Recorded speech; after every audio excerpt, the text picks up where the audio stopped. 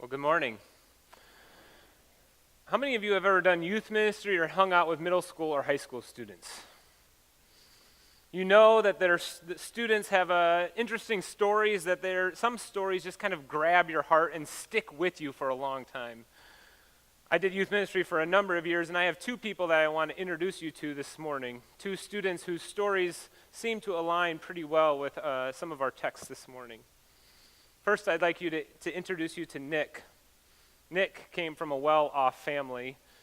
In many ways, he had it all, but during his 7th grade year, his family relocated because of his father's job, and he began coming to our church. I distinctively remember Nick coming to our first youth group. He came in with a little bit of an air about him, but he was completely silent.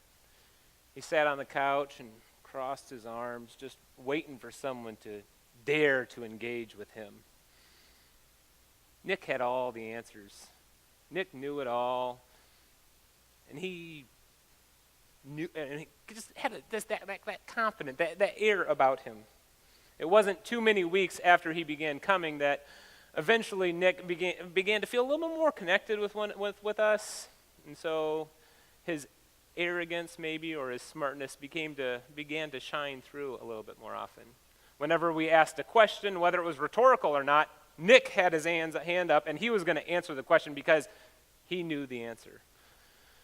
You see, his parents came from a ministry background, so Nick had to come week in and week out, whether he wanted to or not. But Nick also came week in and week out because he knew the answers, and he wanted to come and share, and this was a place where he felt comfortable. Nick was a smart kid. Nick was a know-it-all kind of kid. It was the kind of kid that really changed the feel and the culture of our youth group because of the air that was about him. Another student, Samantha, let's call her Sam for short, she came to our youth group around her 7th grade year as well. Sam didn't join our youth group because her father relocated his job. She didn't even know who her father was. For the past couple months, Sam was living in a garage with her siblings and her mom, and recently she had moved back to Holland because there was a housing opportunity for her that a local housing ministry provided for her. Our church actually owned the house that this ministry was using, and so she got to know our church. The church more chose her rather than she choosing the church. Sam's first youth group was similarly quiet and similarly silent, but for different reasons. Sam was a little uncomfortable because she was the only one of her ethnicity in the youth group. Sam had been relocated so many times that she had a hard time trusting other people, especially adults, and other students as well, because as soon as she built a relationship with one, she was relocated to another place. Remarkably, and with great courage and strength, Sam also kept coming back to youth group week in and week out. And as she did, she began to open up to our leaders and then to some of the students about this story of her upbringing and where she came from. Sam, like Nick, changed the culture of our youth group. She helped us become more aware of who we are or were and who we were not. Her presence, along with her families, had a profound impact on our congregation. Know-it-all Nick and Sam, the survivor, came from difficult situations, and I would argue the most difficult situation of transferring into a school in the middle of their 7th grade year. Both fearlessly engaged with our youth group. Two vastly different people whose presence changed us. This morning you heard the story of the Samaritan woman at the well. There are so many different sermons that could be preached from this text, so many different ways in which you could think about. You could think about the living water. You could think about Jacob's well. You could think about why he had to go through Samaria. But this week I was captivated by the comparison between the story of this woman at the well and the story of Nicodemus that Pastor Lindsay preached on last week. John's gospel is a little bit different than Matthew, Mark, and Luke. Matthew, Mark, and Luke try to tell the chronological history of Jesus, where John, he uses the stories to tell us a little bit about more about who Jesus is, not necessarily in the perfect chronological order. John has an ulterior motive in mind when he writes. He kind of writes a narrative with a purpose, and he's trying to make a point each time he tells a story. So I don't think it's an accident that he put the story of Nicodemus and the story of the Samaritan woman right next to each other. I mean, they're two of the few stories that we have in the Gospels where Jesus encounters one other person one-on-one with nobody else around. No disciples, no Pharisees, no crowds chasing after him. Yeah, he had a lot of one-on-one encounters, but these two were one-on-one and they were alone. Which does beg the question, who remembered these stories? Who told John about these stories? Anyway, I believe that John put these two stories next to each other, the story of Nicodemus and the story of the Samaritan woman, for a reason. I think he told, his point was to tell us a little bit about how we can engage with Jesus, and it tells us a little bit more about who Jesus is as well. First, what do these stories tell us about how we can engage with Jesus? I think these two characters are on the opposite ends of the spectrum. They're two totally different people. And so I think it's easy to contrast the Samaritan woman and Nicodemus. First, their gender is different, which you and I obviously know is a big difference, but we also would say, oh, it's not that big of a deal, is it? But in first century, it was a huge deal. Men had power, women did not. Men had respect, women were vulnerable.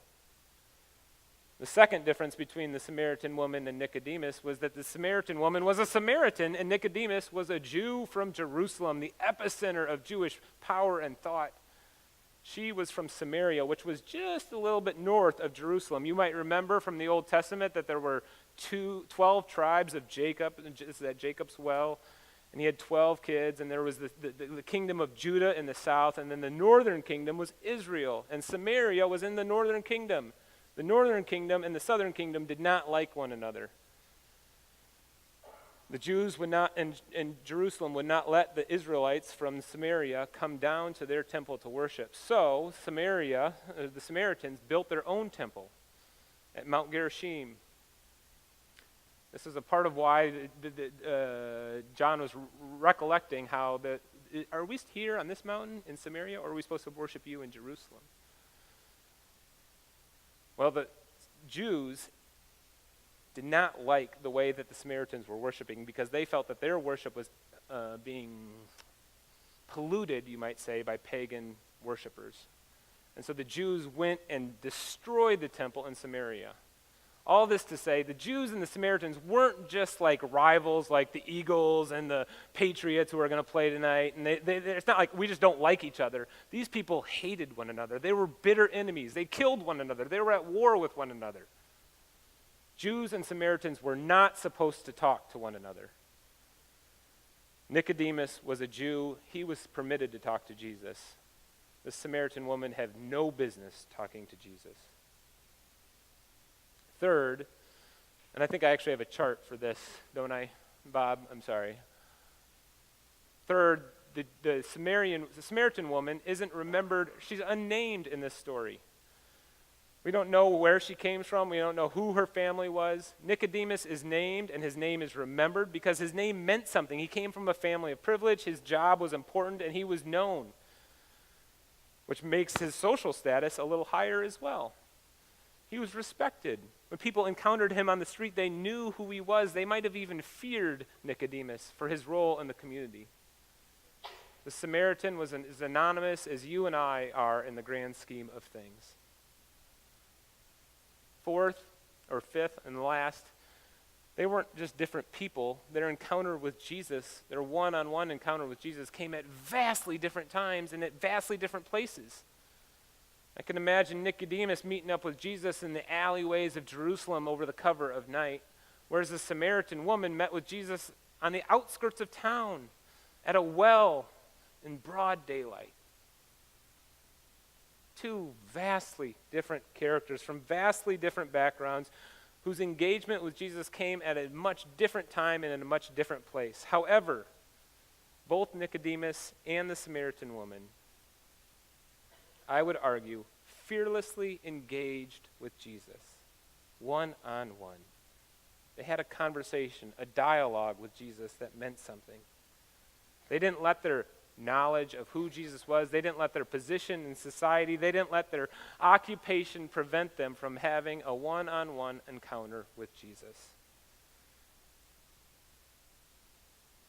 Know-it-all Nicodemus, a Pharisee, a man of privilege and power, a man whose influence and his friendship circles were complete, did not need to encounter Jesus. He had everything he needed, but yet he still sought Jesus out. He was curious about who this Jesus guy was. And he risked his social status in the community to do so, albeit through a number of questioning of Jesus and a fair dose of skepticism about who Jesus was. He overcame a number of things to encounter Jesus, and as we've already highlighted, the Samaritan woman also overcame a number of things in order to encounter Jesus. But it was actually Jesus who encountered her at the well. As a side, I think that this woman gets a little bit of a bad rap. We often think about this woman as the woman who had 5 husbands and who was sleeping with another who wasn't her husband. Not only that, but she went to the well at noon, which meant that she was ashamed of who she was, that she didn't want to encounter anyone. But I wonder if there's something more going on here. We know from Matthew, and the Gospel of Matthew, when Jesus talks about divorce, that it was actually the man's responsibility or the man's right to divorce a woman. We also know that many men passed away in those days at an early age. We know what that's like as well. We might assume that this was a promiscuous woman, a woman who in her shame never left her home and certainly wouldn't want to leave her home if she had any chance of encountering someone. But I wonder if this woman was different. I wonder if this woman had a number of men that divorced her because she wasn't able to have children. I wonder if this woman was going to the well at noon because she couldn't stand facing the potential grief that she would experience if she encountered another woman talking about how great her husband was. I wonder if this woman was not the ashamed, promiscuous, scarlet letter, shady McShady type of woman that we often want to paint her as, but she was going to the well at noon because she knew that at the well she got water and she needed water to survive, and she was a survivor. She wasn't going to let her circumstances or the things that have happened to her in her life slow her down. She was going to get up every morning, pull up her bootstraps, and go do the things that she had to do because she was a survivor. For both know-it-all Nick and survivor Sam,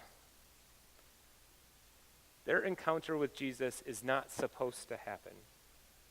But they both resisted the cultural expectations that were placed on them and fearlessly engaged in a dialogue with Jesus. And they didn't just go and experience some inspirational thought from Jesus. They didn't just go and hear some good, loving words from Jesus. They had a dialogue and they had an engagement with Jesus that was profound. Think about it. They both doubted who Jesus was. First, Nicodemus, what did he say? He said, "No one can do what you do, Jesus, without the presence of God." Which is to say, I don't really believe that you have the presence of God. How can you possibly be doing these things? Are you some kind of magician or something? The Samaritan woman had a similar type of questioning of Jesus' identity when she says, "How is it that you, a man and a Jew, are asking me, a woman, a Samaritan, for a drink? What are you doing here anyway? This isn't your land. This isn't your country. You're not supposed to be here. You're certainly not supposed to be talking to me. Who are you?" Not only did she doubt his identity, but they both questioned his teaching. With Nicodemus, Jesus uses the metaphor of being born again. And what was Nicodemus' response? What am I supposed to do? Crawl back into my mother's womb and be born again? I can't do that. Similarly, with the Samaritan woman, when she talks about how he's the living water and that he will give, and she'll never have to thirst if she drinks from his water, what does she say? You can't get how can you get water? You don't even have a bucket to fetch water from the well. What are you talking about? Both Nicodemus and the Samaritan woman don't understand Jesus' teaching and are willing to question him on it. Neither of them are afraid to banter with Jesus. Neither of them are afraid to even talk back to Jesus, we might say. Neither of them are unwilling to dialogue and engage with Jesus in a fearless conversation.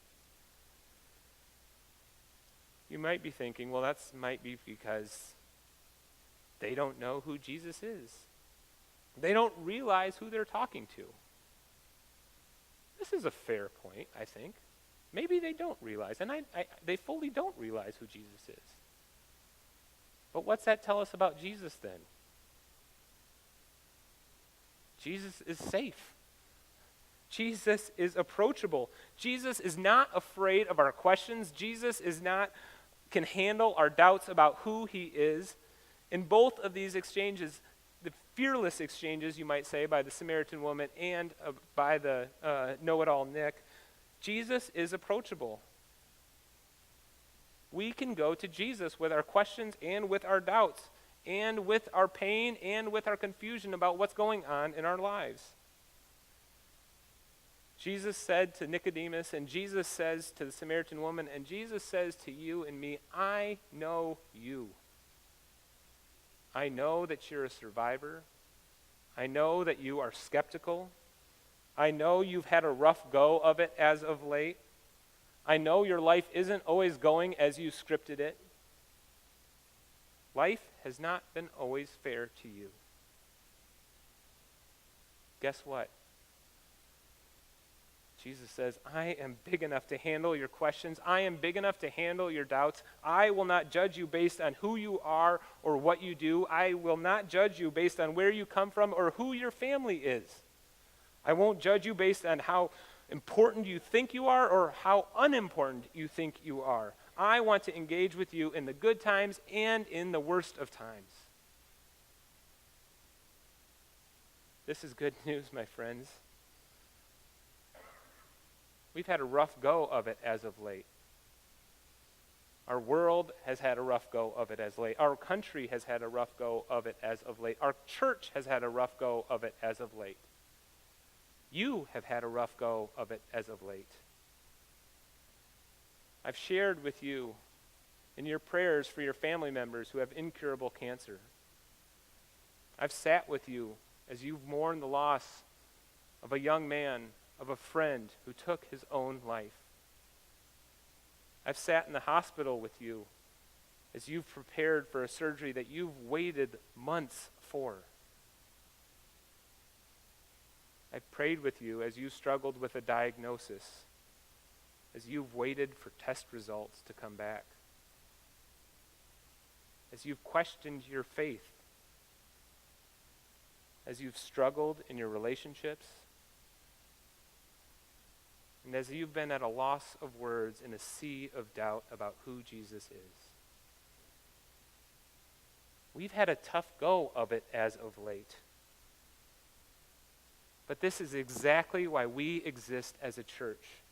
We are here for one another, and we are to be the community that represents the love and grace of Jesus to one another and to a world that is going through a really tough time. We, like Jesus, are not to be the ones that judge one another based on their identity or on their past, but we are to fully and meaningfully engage with one another even when it's difficult. We are a place where we can bring our questions and our doubts. We are a people that can share our doubts and our questions about who Jesus is with one another. Because we're big enough to handle that because of Jesus' presence with us. We are open. We are approachable. We listen and we care because that is who Jesus is, and that's who Jesus calls us to be.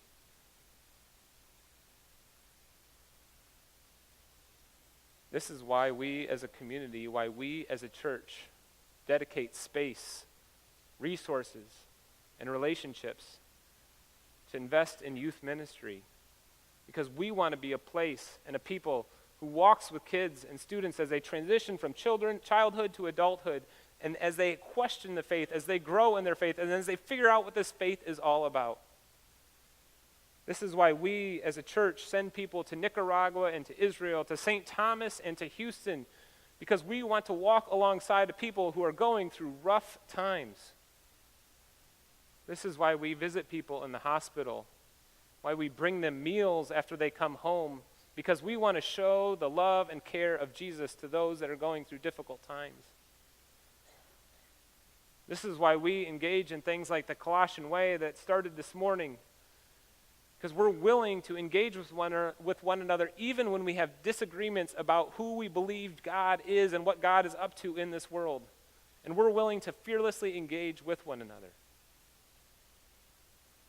My friends, this is why week after week after week after week we stand here and we say that our mission is to be an accepting community centered in Jesus Christ, because we desire for folks to come and experience the love and grace of Jesus here with us and with one another. It's my prayer that Fellowship Church would continue to be a place, not just a place, but a people who, for the know-it-all Nicks and the Sams who are filled with shame, they can come here and call this place home, because it is here that we live out a fearless engagement with Jesus, because Jesus has already fearlessly engaged with us. Let's pray.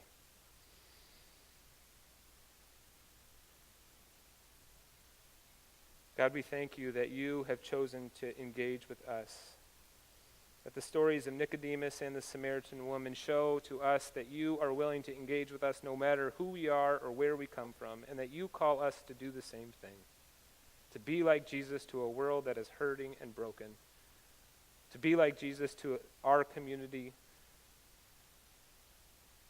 so that more and more people may come to experience the love and grace that we have experienced in you, Jesus Christ, the one in whose name we pray. Amen.